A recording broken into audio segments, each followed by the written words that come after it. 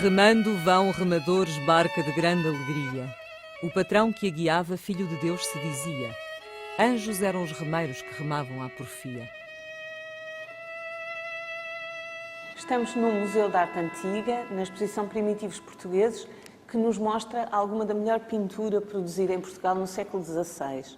Esta pintura é contemporânea do Teatro de Gil Vicente e Maria José, embora o que nós vemos aqui seja uma explosão do sagrado e de louvor ao sagrado, era permitido nesta época fazer uma sátira social e de costumes. Sim, durante muito tempo não se percebia porque é que Gil Vicente teve tanta liberdade para escrever textos escatológicos, que a figura do parvo dissesse tantas asneiras, que é o que os alunos gostam no liceu, mas a pouco e pouco foi-se descobrindo que havia razões, havia datas em que tudo era possível.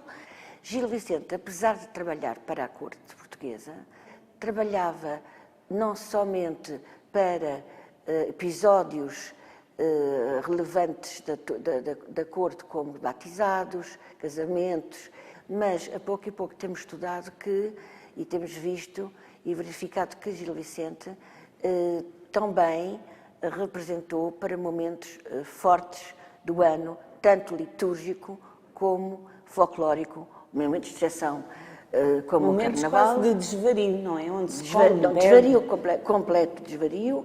Por exemplo, em França, no dia em que o mundo, podemos viver o mundo às avessas, um burro ia dizer a missa em Notre-Dame de Paris. Portanto, para ver que o mundo às avessas não é só português, é europeu, e é por isso que há peças em que não compreendemos porquê, e dizemos porque é possível, mas era possível porque eram ocasiões de exceção.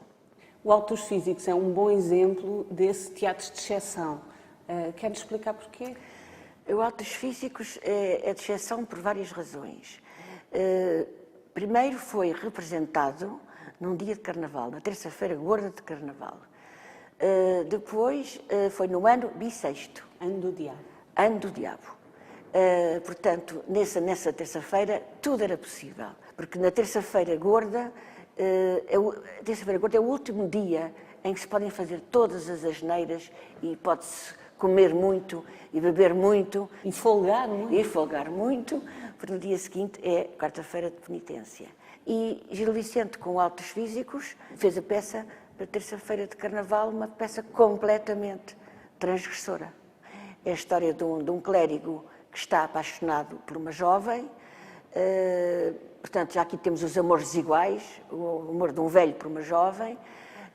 Esse clérigo começa a ficar muito doente, e muito doente, e é tratado por uma feiticeira que lhe dá comida gorda, guisados, assados, comida com muitos molhos e animais muito indigestos e muito vinho tinto, porque o vinho tinto também se bebe muito durante o Carnaval, mas é tratado por 4 físicos ou médicos, por isso se chama o Auto dos Físicos, que tratam-no com sangrias, com clisteres e com purgas, de uma maneira um pouco paradoxal. E depois começa a ficar muito doente, passa pelos 4 humores, é muito interessante porque os humores no século XVI são muito importantes, até atingir a melancolia, e quando o padre atinge a melancolia, está louco, e vai-se conversar a um padre que também está apaixonado, e são ambos absolvidos. E, portanto, é uma transgressão total. É uma apoteose do sagrado e do profano ao mesmo tempo. Do sagrado e do profano.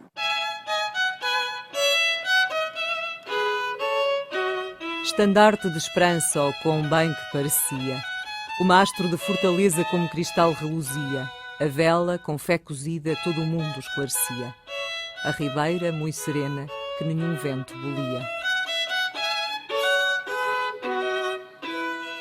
Normalmente, quando se fala do Teatro Gil Vicente, fala-se de teatro de tipos, mas as investigações mais recentes apontam para o outro lado. Pois, é assim. E para mim é complicado falar de tipos, porque cada personagem tem uma psicologia muito forte. há grupos de personagens. Há personagens, os fidalgos, as comadres, as jovens, as velhas, os amores dos velhos pelas jovens e vice-versa, mas têm todos uma psicologia. Têm todos uma psicologia e mais, cada nome de cada personagem é profundamente simbólico. Aliás, o Teatro Gil Vicente é muito difícil de conhecer, porque são 48 peças. 500 personagens. 500 personagens.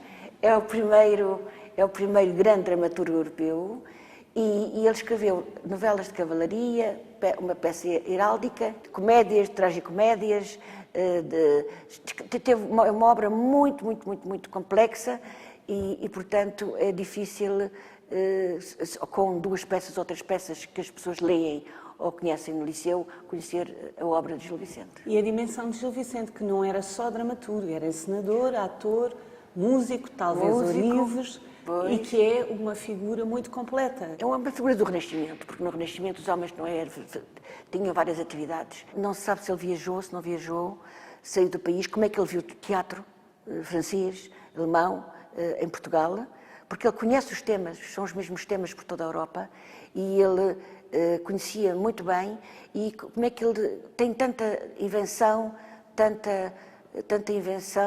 talento, é um grande poeta, tanta invenção e de uma comicidade infinita. Maria José, nós e o Teatro Gil Vicente, numa palavra. Paradoxal.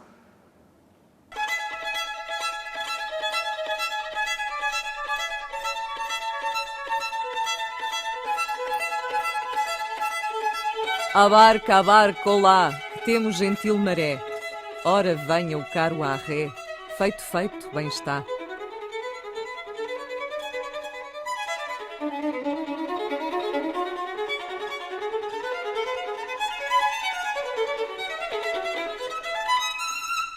Ricardo Araújo Pereira, estamos no Museu Nacional da Arte Antiga, na exposição Primitivos Portugueses. Por trás de ti temos um maravilhoso julgamento das almas, de mestre desconhecido, mas não vamos falar sobre o Alto da Barca do Inferno, vamos falar genericamente sobre o Teatro Gil Vicente. Gil Vicente ainda nos faz rir, e muito, mas se o teatro dele fosse produzido hoje, isso talvez não acontecesse, não achas? Se este quadro se um quadro destes fosse pintado hoje, também nós não olharíamos para ele com o interesse que olhamos para este. O contexto determina o interesse que a obra tem. Embora eu lamente que hoje em dia tão poucas vezes as pessoas chamem umas às outras mija na agulha, por exemplo, como acontece com tanta frequência nas peças de Gil Vicente. Mas que sim, continuam a fazer-nos rir. É óbvio que hoje em dia ninguém escreve uma peça daquela forma. Talvez a alegoria tenha um caráter, digamos, ingênuo para os dias de hoje. Mas naquele contexto, num contexto de carnaval, não é? No sentido em que o Bakhtin entendia a palavra, e nota que acabo de citar Bakhtin. Nesse contexto, aquele tom excessivo e desbragado do Gil Vicente e de excesso, não é? Até de excesso que tem a ver com o corpo. Excesso escatológico. Sim, excesso escatológico, justamente. Um excesso que é parente do mesmo excesso que nós vemos em Rabelais, por exemplo, um contemporâneo de Gil Vicente, em que também há flatulência épica e desvarios vários. Sim, desvarios vários, não só porque se trata de fenómenos, digamos, físicos, e aquilo é uma celebração da vida e do corpo por causa disso, mas também porque são fenómenos físicos especiais, são fenómenos físicos que documentam a pequenez do ser humano, não é? Mas essas funções menos nobres do corpo humano recordam-nos da nossa pequenez. O facto de sermos capazes de rir dessa pequenez documenta a nossa superioridade, que é um paradoxo curioso do fenómeno humorístico. A sátira, eu acho que tem sempre uma componente moralizadora, uma componente moral, mas é possível que ao longo dos tempos o satirista tenha perdido respeito por si próprio, ou seja, o satirista tenha olhado para si próprio sem o mesmo encanto que nós sentimos que o Gil Vicente não tem uma má ideia de si próprio, digamos assim. Nós sentimos que a voz dele seja a voz dele que se ouve em certas personagens ou a voz que nós ouvimos quando captamos aquilo que a peça diz, é uma voz que pretende ser autorizada. E que tem o respaldo da religião também. Exatamente, sim, claro, claro. E hoje em dia talvez isso não seja assim. Talvez o satirista não tenha tão boa ideia de si próprio.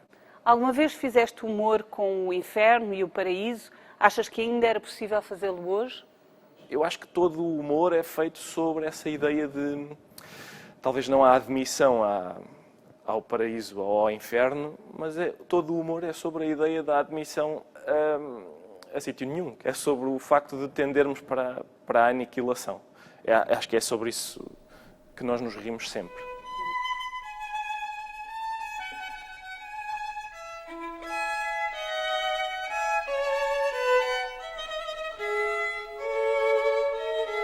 Vai ali multear a má e atesa aquele palanco e despeja aquele banco para a gente que virá.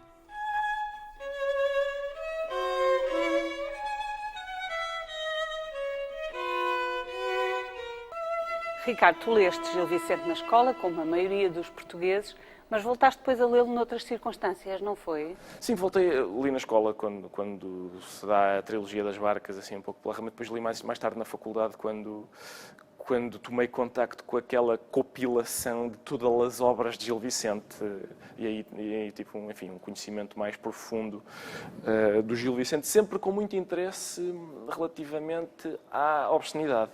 Tenho muito interesse por isso, até porque há um livro interessante que se chama A Graça Portuguesa, é um livro de 1920, por aí, de um senhor chamado Carlos Duarte, em que ele tenta saber se o povo português é o povo mais espirituoso da Europa, como dizia com muito otimismo Almeida Garrett, ou se é um povo sorumbático sem graça nenhuma, como, por exemplo, dizem nós os brasileiros. E então ele debruça-se sobre o Gil Vicente, e uma das coisas que ele observa com mais cuidado é o facto de a linguagem em Gil Vicente ser obscena, tal como era nas Cantigas de Escárnio, por exemplo, mas nas Cantigas de Escárnio ele diz que aquilo era uma chucarrice impudentemente pornográfica, enquanto em Gil Vicente tem duas funções, tem duas desculpas, digamos. Tem a desculpa de o satirista estar irritado e, por isso, usar a obscenidade já como uma primeira forma de castigo ao satirizado, e tem a desculpa de estar integrada numa caricatura, de estar na boca de uma personagem que fala de facto assim. Gostas especialmente da figura do parvo, não é? Nota-se muito. Sim, é uma figura que combina muito bem com a minha personalidade, acho eu. Outro contemporâneo, além do Rabelais, outro contemporâneo de Gil Vicente, que é o Erasmo, e a ideia do elogio da loucura, eu acho que essa também está presente na obra do Gil Vicente, no sentido em que muitas vezes a voz do parvo é a voz da sensatez. Essa ideia de que quando o mundo está às avessas, o louco é o sábio, é o sensato. E isso, muitas vezes, o humor é isso, é uma espécie de irracionalidade racional, ou de uma espécie de irracionalidade voluntária.